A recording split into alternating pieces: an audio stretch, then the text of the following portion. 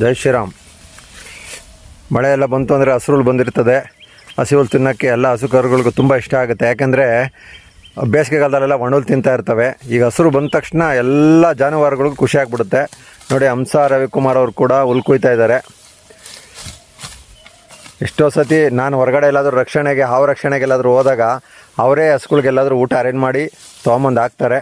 ನಿಜವಾಗ್ಲೂ ನಮ್ಗೆ ಇಂಥ ಹೆಂಡತಿ ಸಿಕ್ಕಿರೋದು ಕೋಟಿ ಜನ್ಮದ ಪುಣ್ಯ ಅಂದ್ಕೊಳ್ತೀನಿ. ಜೈ ಶ್ರೀರಾಮ್.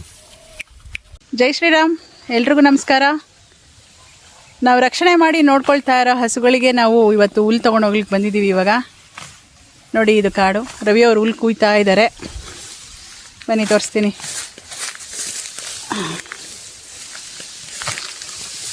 ರವಿ ಕಾಣಿಸಿದಾರ? ಜೈ ಶ್ರೀರಾಮ್. ಜೈ ಶ್ರೀರಾಮ್. ಮತ್ತೆ ಕೊಡ್ತೀವಿ. ಏನೋ ಒಂಥರ ಖುಷಿ ಆಗುತ್ತೆ ದನ ಕರುಗಳಿಗೆ ಮೇವು ತೊಗೊಂಡೋಗಿ ಹಾಕೋದು, ಅವು ತಿನ್ನೋದನ್ನು ನೋಡಿ ನಮಗೊಂಥರ ಖುಷಿ ಆಗ್ತಾ ಇರುತ್ತೆ.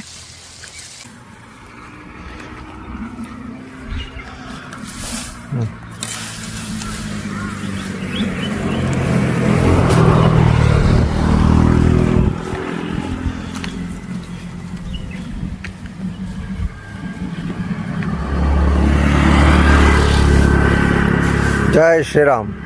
ಜೈ ಶ್ರೀರಾಮ್. ಜೈ ಶ್ರೀರಾಮ್. ಜೈ ಶ್ರೀರಾಮ್. ಈಗ ಕಾಡಲ್ಲಿ ಹಸಿ ಹುಲ್ಲನ್ನ ತಗೊಂಡು ಹೊರಟಿದ್ದೀವಿ ಮನೆಗೆ, ನಮ್ಮ ಬಂಗಾರಿಗಳಿಗೆಲ್ಲ ಊಟ ಹಾಕೋದಕ್ಕೆ. ಹೆಂಗನ್ಸ್ತೈತೆ ಹಂಸ? ಸೂಪರಪ್ಪ. ಎಲ್ಲ ಥರ ಕೆಲಸ ಮಾಡಬೇಕು. ಏನೋ ಒಂಥರ ಖುಷಿ. ವ್ಯವಸಾಯ ಮಾಡೋರು, ರೈತರು ನೋಡಿದಾಗ ನಾವು ತುಂಬ ಅಂದ್ಕೊಳ್ತಾ ಇದ್ವಿ, ನಾವು ಯಾವಾಗ ಹಿಂಗಾಗೋದು ಅಂತ. ಒಂದು ನಮ್ಮದು ನಿಜವಾಗ್ಲೂ ಒಳ್ಳೆ ಪುಣ್ಯದ ಕೆಲಸ ಇದು. ದೇವರಿಗೆ ಕೋಟಿ ಕೋಟಿ ಥ್ಯಾಂಕ್ಸ್. ನಮಗೊಂದು ಒಳ್ಳೆ ಮನ್ಸು ಕೊಟ್ಟು ಈ ಥರ ಕೆಲಸ ಮಾಡೋಕ್ಕೆ ಅವಕಾಶ ಮಾಡಿಕೊಟ್ಟಿರೋದ್ರ ದೇವ್ರಿಗೆ ಕೋಟಿ ಕೋಟಿ ಥ್ಯಾಂಕ್ಸ್ ಹೇಳ್ತೀವಿ. ಮತ್ತು ಬರ್ತಾ ಇರ್ತೀವಿ. ಇಲ್ಲಿ ಕಾಡಲ್ಲಿ ಚೆನ್ನಾಗಿ ಹುಲ್ಲು ಬೆಳೆದಿದೆ. ಕರುಗಳಿಗೆಲ್ಲ ಹಸುಗಳಿಗೆ ತೊಗೊಂಡು ಹೋಗ್ತಾ ಇರ್ತೀವಿ. ಜೈ ಶ್ರೀರಾಮ್. ಪರಿಸರ ಪ್ರಾಣಿ ಪಕ್ಷಿಗಳನ್ನ ರಕ್ಷಣೆ ಮಾಡೋಣ. ಎಲ್ರಿಗೂ ಒಳ್ಳೇದಾಗಲಿ. ಹರ ಹರ ಮಹಾದೇವ್. ಹರೇ ಕೃಷ್ಣ.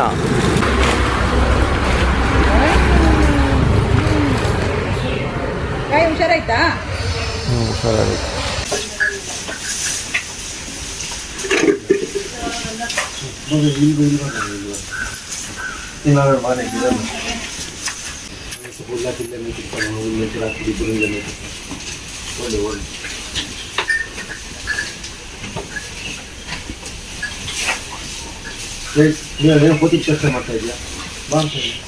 ಜೈ ಶ್ರೀರಾಮ್. ಎಲ್ರಿಗೂ ನಮಸ್ಕಾರ. ನೋಡಿ ಸ್ನೇಹಿತರೆ, ನಮ್ಮ ಬಂಗಾರಿಗಳೆಲ್ಲ ಊಟ ಮಾಡ್ತಾ ಇದ್ದಾರೆ. ಈಗ ಒಂದು ರೆಸ್ಕ್ಯೂ ಮುಗಿಸ್ಕೊಂಡ್ಬಂದೆ. ಬೆಳಗ್ಗೆಯಿಂದ ಸಂಜೆವರೆಗೂ ನನಗೊಂದು 25 ರೆಸ್ಕ್ಯೂ ಕಾಲ್ ಬರುತ್ತೆ. ಎಲ್ಲ ಕಡೆ ನಾನು ಅಟೆಂಡ್ ಮಾಡೋಕ್ಕಾಗಲ್ಲ. ಕೆಲವು ಕಡೆ ಅಟೆಂಡ್ ಮಾಡ್ತೀನಿ. ಒಂದೊಂದು ಕಡೆ 10 ನಿಮಿಷಕ್ಕೆ ಹಾವು ರೆಸ್ಕ್ಯೂ ಮಾಡ್ಕೊಂಬಂದ್ಬಿಡ್ತೀನಿ, ಅಥವಾ ಬೇರೆ ಯಾವ್ದಾದ್ರು ಪ್ರಾಣಿಗಳಿದ್ರೆ ರೆಸ್ಕ್ಯೂ ಮಾಡ್ಕೊಂಬರ್ತೀನಿ. ಇನ್ನು ಕೆಲವು ಕಡೆ 2 ಅವರ್ 3 ಅವರ್ ಆಗುತ್ತೆ. ಅವೆಲ್ಲ ಸಂಧಿ ಒಳಗೆ ಸೇರ್ಕೊಂಡ್ಬಿಟ್ಟಿರುತ್ತೆ, ಇಲ್ಲ ಮನೆಯೊಳಗೆ ಸೇರ್ಕೊಂಡ್ಬಿಟ್ಟಿರುತ್ತೆ. ಈ ಥರ ಆಗುತ್ತೆ. 2 ಅವರ್ 3 ಅವರ್ ಆಗುತ್ತೆ. ಆವಾಗ ಕೆಲವರೆಲ್ಲ ಬ್ಯಾಕ್ ಟು ಬ್ಯಾಕ್ ಫೋನ್ ಮಾಡ್ತಾ ಇರ್ತಾರೆ ನನಗೆ. ಅವಾಗ ನಾನು ರಿಸೀವ್ ಮಾಡೋಕ್ಕಲ್ಲ. ದಯವಿಟ್ಟು ಅನ್ಯತಾ ಭಾವಿಸ್ಬೇಡಿ. ನಾನು ಆಮೇಲೆ ಮಾಡ್ತೀನಿ ಮತ್ತೆ ಅವ್ರಿಗೆ. ಯಾಕೆಂದರೆ ನಾನು ರೆಸ್ಕ್ಯೂ ಇರಬೇಕಾದ್ರೆ ನಾನು ಫೋನ್ ರಿಸೀವ್ ಮಾಡೋಕ್ಕಾಗೋದಿಲ್ಲ. ಯಾಕೆಂದರೆ ನನಗೆ ಯಾರು ಆ ಥರ ಅಸಿಸ್ಟೆಂಟ್ ಇಲ್ಲ. ನಾನೆಲ್ಲ ಹೊರಗಡೆ ಹೋದರೆ ನಾನು ರೆಸ್ಕ್ಯೂ ಮಾಡ್ಬೇಕಾದ್ರೆ ಅಲ್ಲಿರೋರು ಯಾರು ಕೇಳಿದ್ರು ನಾನು ವೀಡಿಯೋ ಮಾಡಿಸ್ಕೊಳ್ತೀನಿ.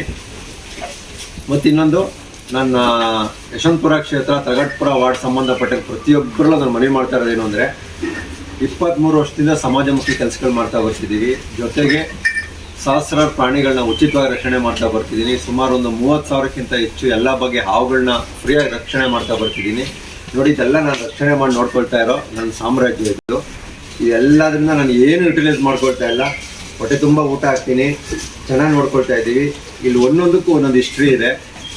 2 ಆಕ್ಸಿಡೆಂಟ್ ಆಗಿದ್ದು, ಒಂದು ದೊಡ್ಡ ಮೋರಿಯಲ್ಲಿ ಬಿದ್ದೋಗಿದ್ದು, ಇನ್ನೊಂದು ಕಳ್ಳರು ಹೊತ್ಕೊಂಡು ಹೋಗ್ತಾ ಇದ್ದಿದ್ದು, ಇನ್ನೊಂದು ಗರ್ಭಕೋಶದಲ್ಲಿ ಏನೋ ಪ್ರಾಬ್ಲಮ್ ಇರೋ ಅಂಥದ್ದನ್ನ ನಾನು ತಂದು ನೋಡ್ಕೊಳ್ತಾ ಇರೋದು. ಇಷ್ಟೆಲ್ಲ ಕೆಲಸ ಮಾಡ್ತಾ ಇದ್ದೀನಿ. ಇದಕ್ಕೆಲ್ಲ ಒಬ್ಬರು ಹಿಂದೆಗಡೆ ಒಬ್ಬರು ಸಪೋರ್ಟ್ ಇದ್ದಾರೆ ಅಂತ ಹೇಳಿದ್ರೆ ಇನ್ಯಾರೂ ಅಲ್ಲ, ನನ್ನ ಶ್ರೀಮತಿ ಹಂಸ ರವಿಕುಮಾರ್ ಅವರು. ಈ ಸತಿ ನಮ್ಮ ತಲಗಟ್ಪುರ ವಾರ್ಡ್ಗೆ ನಾವು ಆಕಾಂಕ್ಷಿಗಳಾಗಿದ್ದೀವಿ. ನಾನು ಒಬ್ಬ ಮೂಲ BJP ಕಾರ್ಯಕರ್ತ. ಪ್ರತಿಯೊಬ್ಬರು ನನ್ನ ಕೈ ಜೋಡಿಸಿ ಕೇಳ್ಕೊಳ್ಳೋದೇನು ಅಂತ ಹೇಳಿದ್ರೆ, ನಮಗೊಂದು ಅವಕಾಶ ಕೊಡಿ, ಇನ್ನೂ ಹೆಚ್ಚಿನ ರೀತಿಯಲ್ಲಿ ಎಲ್ಲ ಕೆಲಸಗಳು ಮಾಡ್ತೀವಿ.